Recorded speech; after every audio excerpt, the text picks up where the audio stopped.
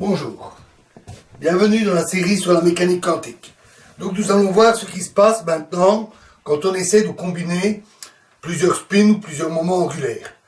Donc par exemple, on a un atome avec deux électrons et chacun a un moment angulaire et un spin. Et on voudrait savoir, pour l'atome complet avec ces deux électrons, quel est le moment angulaire ou le spin de l'ensemble. Historiquement, ce fut un des premiers problèmes qui fut posé par la mécanique quantique. À l'époque du modèle de Bohr, la théorie fonctionnait très bien pour un seul électron autour d'un atome, donc l'atome d'hydrogène. Au-delà, il y avait la complication de devoir combiner justement ces moments angulaires, et c'était un des grands problèmes de la mécanique quantique à ses tout débuts. Cela fut résolu par l'élaboration d'une mécanique quantique plus complète, telle que celle que nous voyons. Il faut bien avouer aussi que c'est assez compliqué. La manipulation des opérateurs et des états pour des moments angulaires, c'est complexe. Donc ici, nous allons voir une approche intuitive, assez simple, et nous ne ferons que citer l'approche rigoureuse. Donc, alors, supposons qu'on ait un système de moments cinétiques décrit par le nombre quantique J, qui correspond aux valeurs propres J fois J plus 1, H bar carré,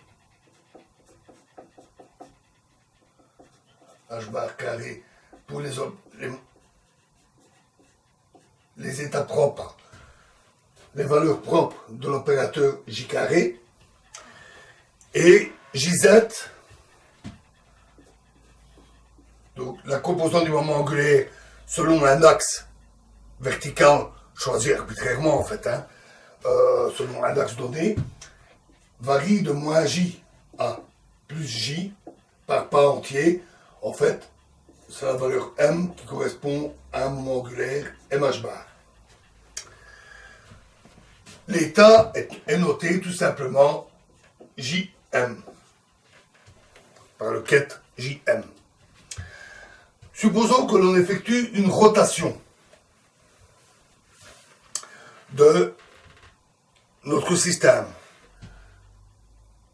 J ne dépend pas de la direction. Il caractérise le moment angulaire total du système, ou son spin, et il ne dépend pas de la direction. Donc, le fait d'effectuer une rotation ne va pas modifier J.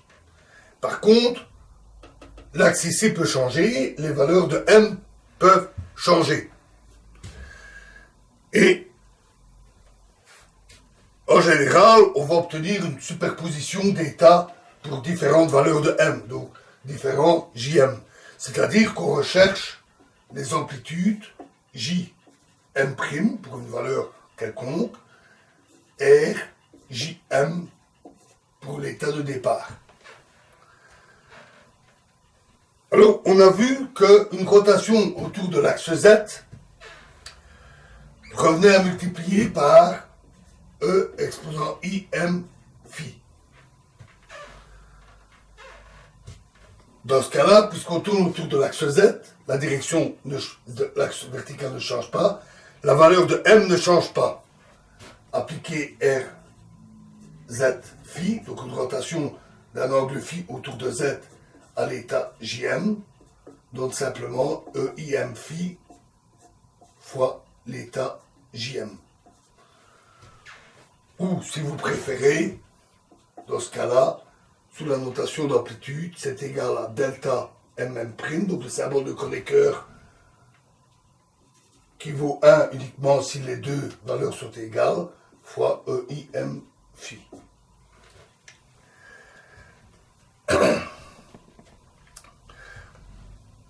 Et pour les autres rotations, alors pour les autres rotations, on s'attend à des choses plus compliquées. Mais on sait qu'on peut obtenir toute rotation à partir de quelques rotations simples.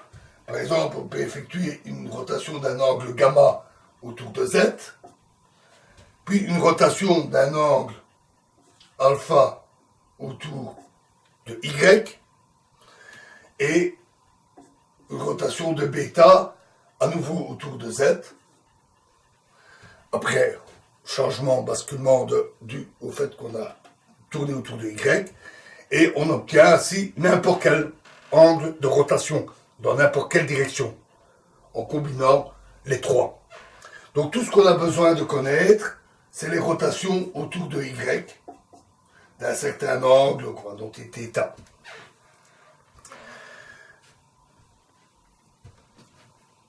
Alors,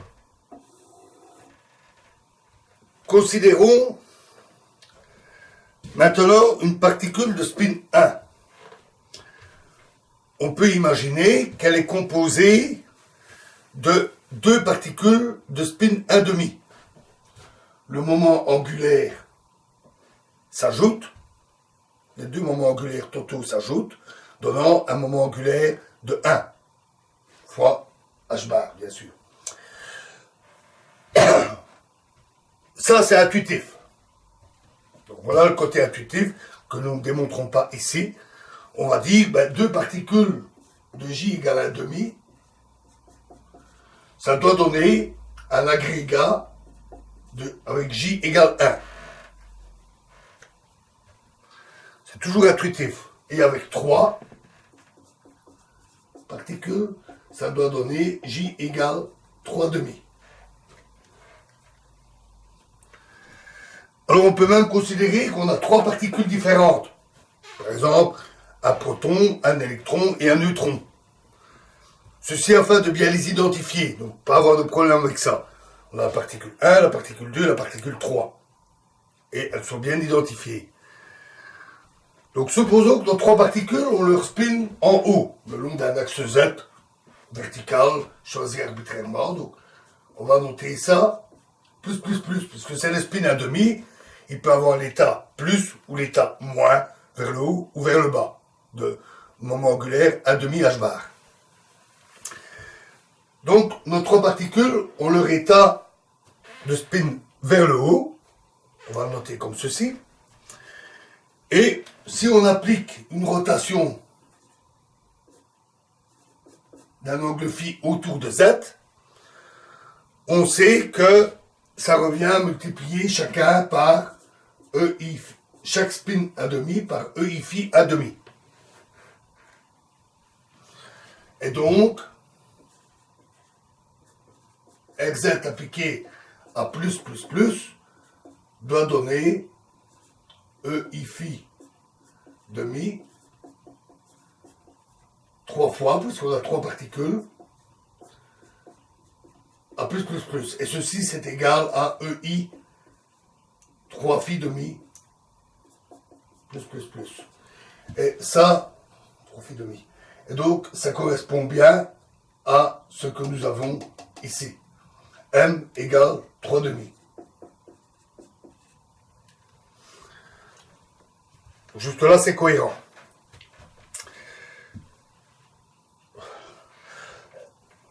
Si on fait une rotation autour de l'axe Y, c'est plus aussi simple. On va obtenir un mélange de différents états. Alors, on peut choisir comme base d'état les états de spin 1,5 plus moins pour chaque particule. Donc, on va obtenir un mélange de plus,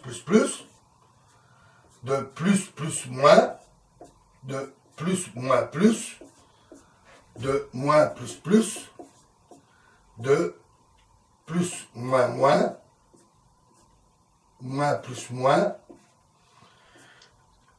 moins plus et moins. 8 combinaisons possibles. On va obtenir un mélange de ça, ce qui paraît assez compliqué. Mais en fait, on peut déjà faire une simplification. Parce que si on effectue une rotation d'un angle Y, nos 3 particules de spin 1,5 vont être affectées de la même manière. Il n'y a pas de raison qu'une soit plus affectée qu'une autre.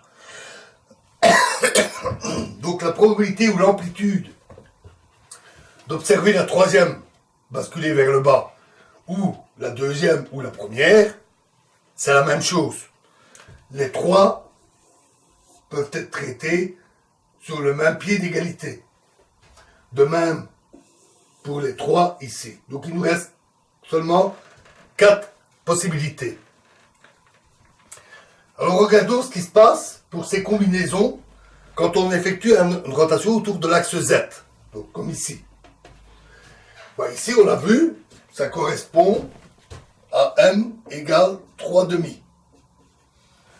Ici, si je fais tourner d'un angle phi, je veux obtenir fois EI phi demi, celui-là EI phi demi, et le moins, dans les trois cas, le spin vaut moins 1 demi, c'est le spin vers le bas, et donc c'est fois EI moins I phi demi.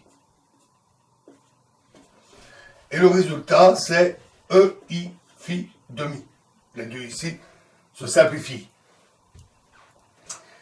Et ça correspond à M égale 1 demi. De même, ceci correspond à M égale moins 1 demi. Et celui-ci à M égale moins 3 demi.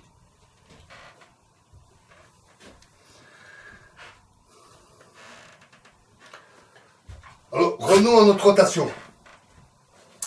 On effectue une rotation d'un angle θ autour de Y, ce qui va conduire à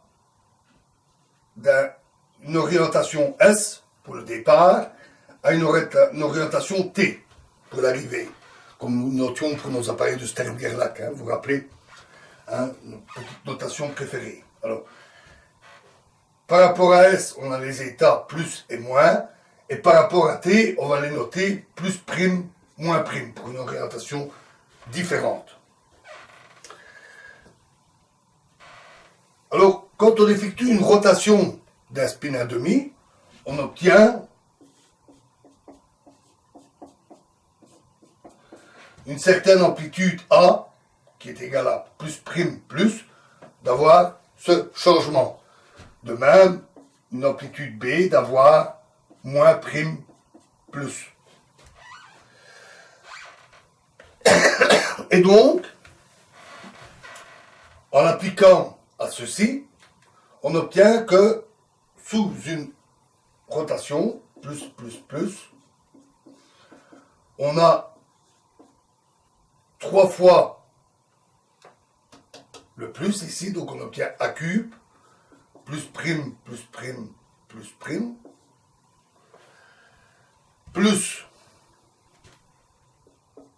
A carré B fois plus, moins, le B, puisque là, on a un moins, pardon, plus prime, moins prime, plus, etc., pour les 8 termes.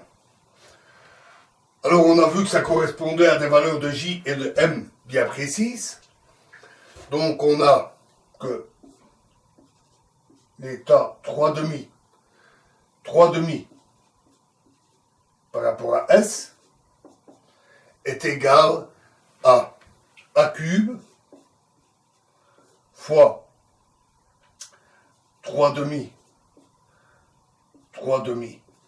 par rapport à T plus racine de 3 A carré B fois 3 demi 1 demi T plus, etc. Je ne pas les autres. Alors le racine de 3 là, vous en inquiétez pas, je l'ai mis en toute rigueur, c'est pour la normalisation des états, puisqu'on a regroupé 3 états ensemble. De même, on peut noter C égale plus prime moins, D égale moins prime moins. Et on peut faire le calcul pour d'autres états tels que plus, moins égale une certaine combinaison, etc. Donc la méthode est générale.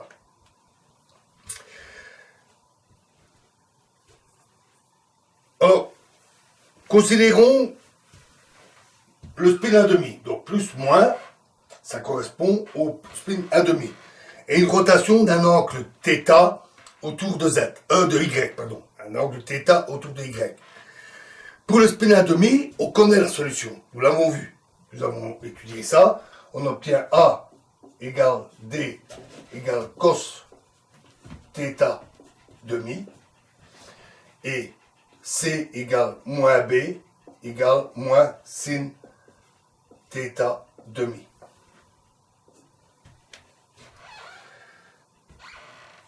Il suffit de remplacer là-dedans et on obtient tous les coefficients nécessaires.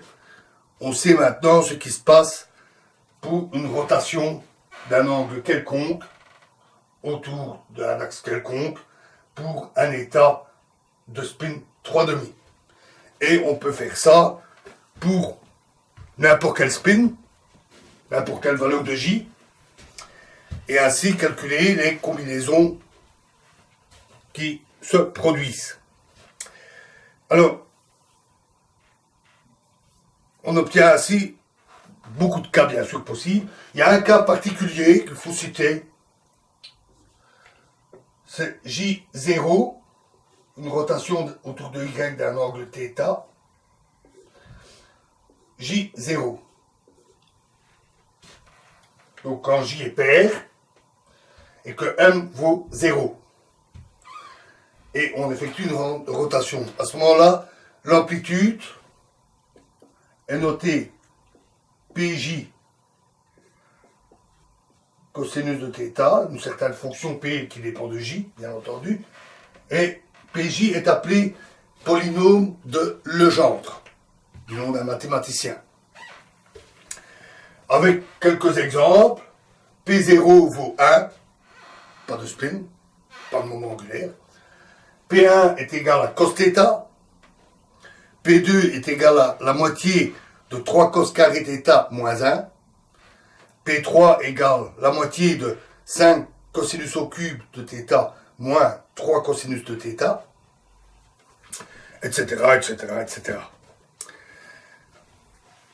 Voilà, alors ici, nous avons utilisé un petit raisonnement intuitif, en disant que notre particule de spin 3,5 pouvait être vue comme composée de 3 particules de spin 1,5. Alors, est-ce qu'on peut passer outre cette intuition et le prouver? Alors oui, on peut le faire de manière rigoureuse. Je ne vais pas le faire ici parce que c'est beaucoup trop compliqué. C'est abstrait, bon, ça c'est pas grave, on peut s'habituer à l'abstraction, mais c'est aussi très compliqué avec beaucoup de formules, beaucoup de calculs, de dénombrement d'états, etc.